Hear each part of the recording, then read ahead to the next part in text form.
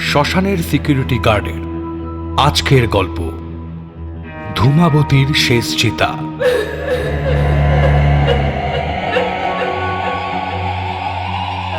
এই ঘটনার সমস্ত চরিত্র, স্থান, কাল সবটাই কাল্পনিক। কোনো জীবিত বা মৃত ব্যক্তি বা কোনো সম্প্রদায়ের কুসংস্কার, সংস্কৃতি ও ধর্মীয় ভাবাবেগের সাথে এর কোনো মিল খুঁজতে যাবেন না। এটি শুধুমাত্র বিনোদনের উদ্দেশ্যেই নির্মিত। এবারেই কি তবে জ্বলে উঠবে ধূমাবতীর শেষ চিতা? পুরুলিয়া আবার ফিরবে তার শস্য শ্যামল রূপে?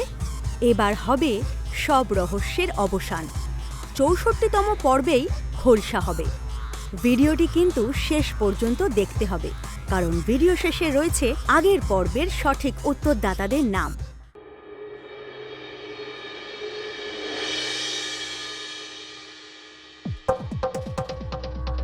আমার প্রণাম নেবেন মহারাজ। আমার অনুমান কি তবে ঠিক? একেবারে ঠিক। তবে ওই বিধবা পেতনির সাথে ভীষণই খারাপ হয়েছে, আর সে কিছুতেই শান্ত হতে চাইছে না। আপনি তাকে বুঝিয়ে বলেননি যে মানব জীবনের মায়া কাটিয়ে উঠতে? তিনি আমায় রাখাল সরকারের দ্বারা সমস্ত নির্মমতা নিয়ে বলেছেন, এবং আমি জানি তিনিও একজন মা ভূত। নিশ্চয়ই সব ঠিক হয়ে যাবে। ঠিক আছে ব্রাহ্মণ পেতনি, আপনাকে অনেক ধন্যবাদ। ক্রমেই খোলসা হচ্ছে এই ভুতুড়ে রহস্যের।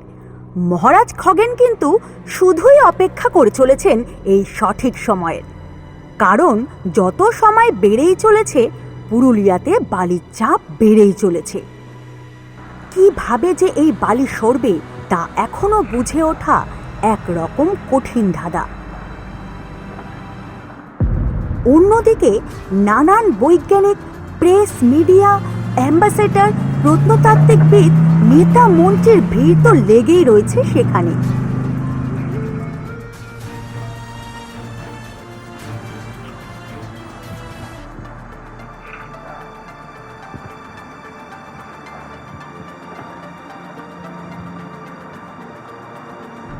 বিষয়টা যে কেবল মানুষের বালির নিচে চাপা পড়া তা কিন্তু নয়। আসলে সেখানকার ভূতেদেরও তো কোনো হদিশ মেলেনি। সব মিলিয়ে বেশ আতঙ্কেই ভূত সমাজ। সময় নষ্ট না করে বলুন, ওই রাখাল সরকার কি এমন কাজ করতে বলেছিল?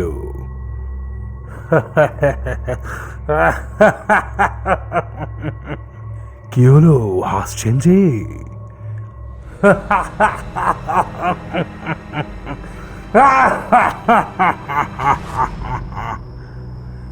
কি রে বাবা, এতক্ষণ বাঁধা থেকে মাথাটা গেল নাকি? পুরোহিত মশাই বলুন নয়তো এখনই।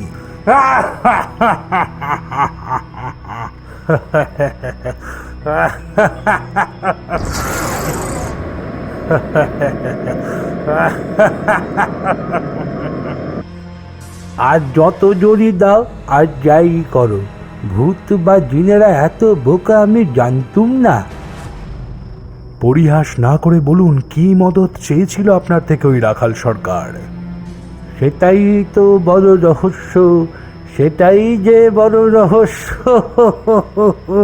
আর তুমি আমায় কি জব্দ করবে? হ্যাঁ, এই আমি ভূত শ্রাদ্ধ করছি নিজের।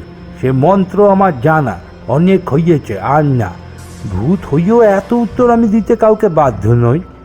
যা পারো করো গিয়ে।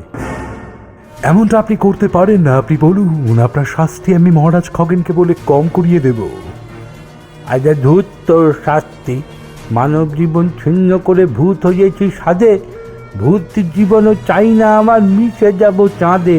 টিম টিম টিম ফাঁক, ভূত শরীরে নিপাতে যাক।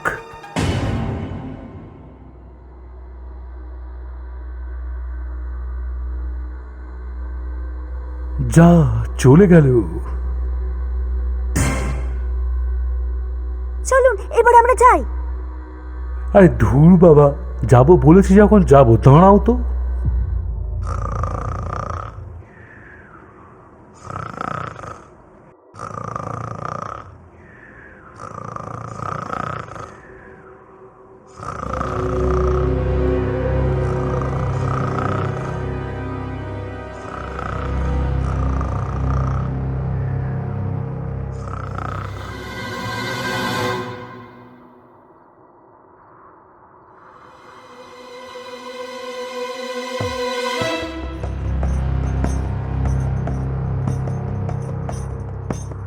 না, বিকেল বিকেল কাজটা সারতে হবে, নইলে আর হবে না।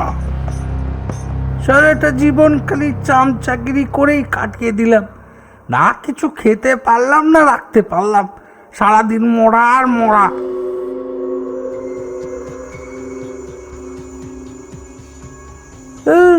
ভাগে পেতাম ওই একটা সোনার খড়গ, সেটাও আর এখন খুঁজে পাওয়া যাচ্ছে না। তাও যাক বাবা, আমায় তো আর রাখাল সরকারের সাগরেদ ভেবে কেউ ফাঁসিতে দেবে না, কিন্তু খড়গটা পেলে একটু ভালো হতো, পাওয়া যাবে হয়তো কখনো।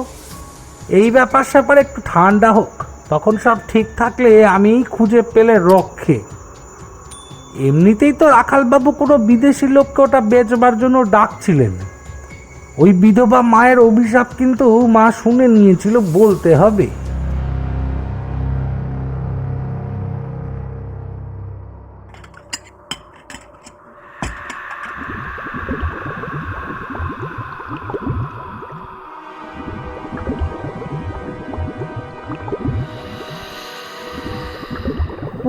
ওরে বাবারে, এখানে আবার ভূত এলো নাকি?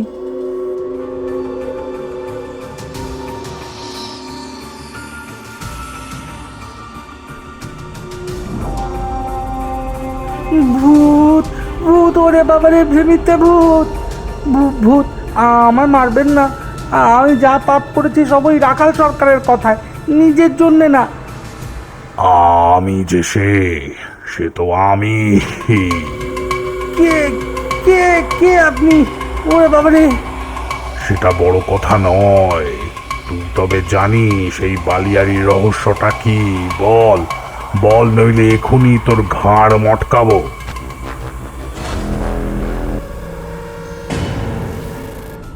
আমি জানি না রহস্য কি, আমি সত্যিই জানি না। তবে তবে কি রে?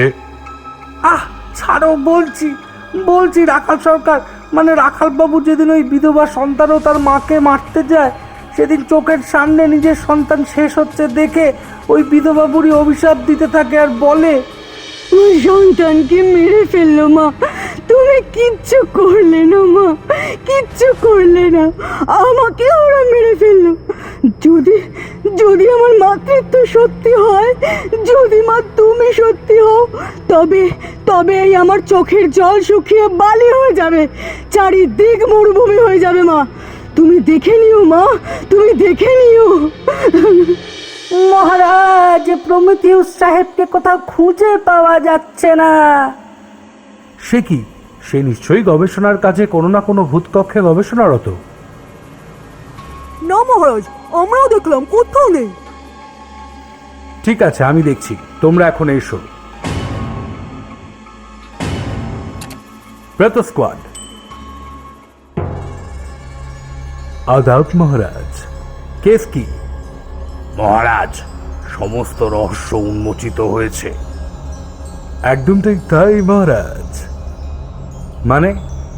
মহারাজ, আমরা এতদিন যে প্রমিথিউস সাহেবকে আমাদের শ্মশানের জায়গা দিয়েছিলাম, আসলে সে এক অন্যতম কালপ্রিট। আমার সন্দেহ হতেই আমি লুকিয়ে এক সময় প্রমিথিউস সাহেবের ডায়েরি পড়ি, আর তার থেকে উঠে আসে কিছু চাঞ্চল্যকর তথ্য।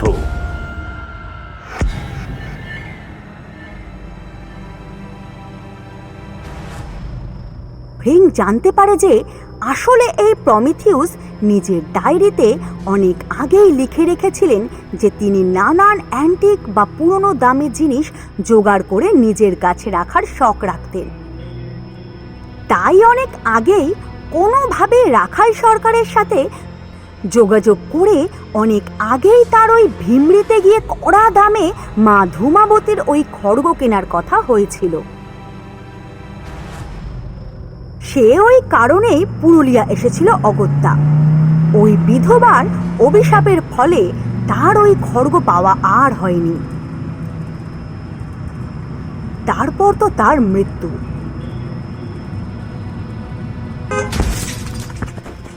তারপরেও হন্যে হয়ে সে খুঁজেই চলেছে ওই খড়গ। সব শুনে খগেন বলে উঠল, তবে এখন কি সে খড়গের সন্ধানে পুরুলিয়াতে? একদমই তাই, নিমাইয়ের কাছে। সর্বনাশ, ভূত হয়ে মানুষ সমাজে! আচ্ছা, প্রমিথিউস সাহেবের মৃত্যু? মহারাজ, আমি গ্রামের অনেক পুরনো ভূতেদের ইন্টারভিউ নিয়ে জেনেছি মা ধূমাবতীর ওই খড়গ সোনার চেয়ে বেশি দামি এক মেটাল দিয়ে তৈরি। আর আজ অবধি যে বা যারা ওই খড়গ উদ্দেশ্যে ব্যবহার করার চেষ্টা করেছে সেই মরেছে। মানে প্রমিথিউস সাহেবও বোধহয় ওই গোলকধাঁধাতেই মরেছে। কালজয়ী প্রত্নতাত্ত্বিকবিদের ভিতরে ভিতরে এত বিষ! এবার ওই বালিয়াড়ির থেকে পুরুলিয়াকে ফেরানোর উপায়টা কি? পুরোটা না জানা গেলেও মনে হয় ওই বিধবা মা যদি শান্ত হয়ে অভিশাপ ফিরিয়ে নেয়, এবং অবশ্যই যদি মা ধূমাবতীর হাতে তার খড়গ ফিরে আসে, তবেই বোধহয় আগের ব্যাপার ফিরে আসতে পারে। ব্যাস, ঠিক আছে। অনেক ধন্যবাদ প্রেতো স্কোয়াড। বাকিটা আমি দেখছি। আমায় মিথ্যে বলার ফল যে কতটা ক্রূর হতে পারে আজ তা অনুভব করবে প্রত্নতাত্ত্বিক প্রমিথিউস। তোমরা এখন এসো। এদিকে মহারাজ খগেন সুসজ্জিত হলেন, তার যুদ্ধকালীন ড্রেসে, হাতে পরিধেয় শিবাস্ত্র।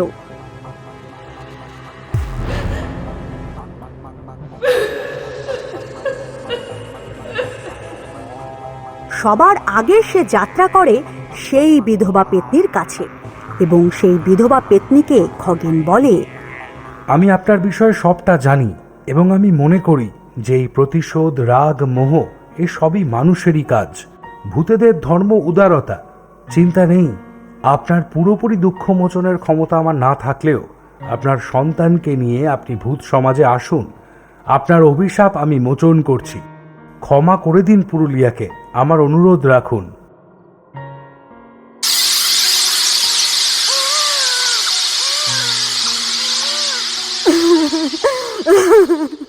আমার সোনা, আমার তোকে ছাড়া আর কিচ্ছু চাই না। আমার কারোর ওপর কোনো রাগ নেই। ধন্যবাদ, আমি এখন আসি। সিকিউরিটি গার্ডরা, ওনাকে ভূত মহলে থাকবার বন্দোবস্ত করে দেওয়া হোক এখনই। সত্যি করে বল নিমাই, খড়গটা কোথায়? নইলে আজ তোর মানব জীবন সাঙ্গ করে দেব। আমি সত্যি জানি না ওরে বাবারে। দেশ বিদেশের নানা অ্যান্টিক আমার কাছে আছে, খুব সহজেই তাদের আমি পেয়েছি। কিন্তু এই পুরুলিয়াতে সামান্য খড়গ পেতে আমার প্রাণটাও দিতে হয়েছে। আমি কিন্তু ছেড়ে কথা বলবো না। তাড়াতাড়ি আমার খড়গটা দে আমায় নিমাই। যা করার করুন, আমি আপনাকে আর ভয় পাচ্ছি না। দে খড়গ দে। তবে রে,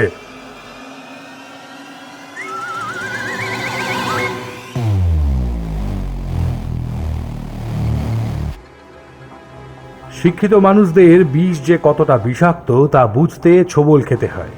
আমিও খেলাম আপনাকে বিশ্বাস করে, অভিশাপ মোচন করে সসম্মানে থাকার বন্দোবস্ত করে দিলাম। আর আপনি বুঝবেন না, এই যদি আপনার থেকে আপনার শখের শিবাস্ত্র কেড়ে নিই, কেমন লাগবে? ভালো লাগবে? প্রমিথিউস সাহেব, এত জ্ঞান প্রাপ্ত করলেন আর এটুকু বুঝলেন না যে মানুষের বানানো মন্দির মসজিদ শুধু ইটকাট পাথরেরই নয়, সেখানে জড়িয়ে রয়েছে বিশ্বাস। আর ভক্তেরই তো ভগবান। যেখানে বিশ্বাস সেখানেই তো ঈশ্বর, তা তাকে যে নামেই ডাকা হোক না কেন। বাবা, ভূতের মুখে রাম নাম, কি মজা! আমার খড়গ খুঁজে দিন, আমি চলে যাব। কি হবে পুরুলিয়াকে আগের রূপে ফিরিয়ে? এত জ্ঞান দিয়ে কি লাভ? সেই তো মানুষেরা সেই তান্ত্রিক ওঝার দিকে আপনাদের তাড়া করবে। কোথায় যাবেন? আপনি তো আবারও অভিশপ্ত। ভূত হয়ে মানব সমাজে আসাটাই তো পাপ, আর তার উপর আপনি আবার একজন মানুষের হত্যাকারী। আর খড়গ, সে বিষয়ে সত্যি আমার জানা নেই। জয় মহারাজ খগেনের জয়। এই যে মহারাজ, ধূমাবতীর খড়গ। মেরিন, তুমি? আর এই খড়গই বা পেলে কি করে? আমি অনেক আগে এই দুষ্ট লোকটির অভিসন্ধি বুঝে ফেলেছিলাম। অভিশাপের গোলক ধাঁধায় যখন আমার গাড়িতে অ্যাক্সিডেন্ট হয়, সবার আগে আমি মায়ের খড়গটাই হাতে নিয়ে ছুড়ে দিই জঙ্গলে, যাতে ওটা স্যারের হাতে না পৌঁছয়। চমৎকার! ভূত সমাজে স্বাগত মেরিন। মেরিন,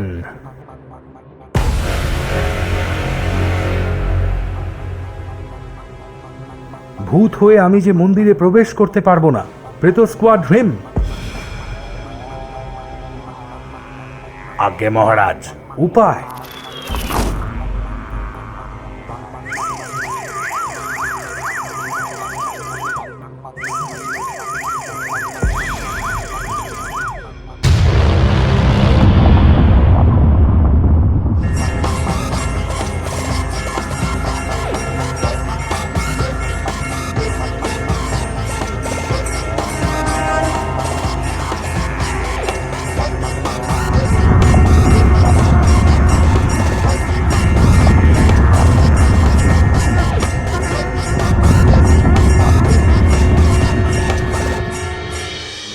শস্য শ্যামল পুরুলিয়া ফিরে পেল তার আগের রূপ।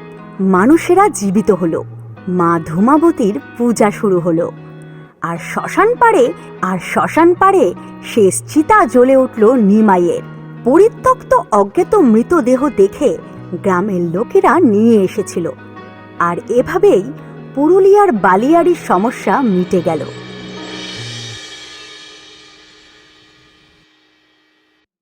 আগের পর্বের সঠিক উত্তরদাতাদের সবার নাম স্ক্রিনে দেওয়া রইল। সবাইকে অসংখ্য ধন্যবাদ। অবশ্যই সঠিক উত্তরের পাশে নিজের পুরো নাম দেবেন। নতুন রহস্য, নতুন ভূত নিয়ে হাজির হচ্ছি আমরা আবার পরের পর্বে, ঠিক দুপুর 3টে।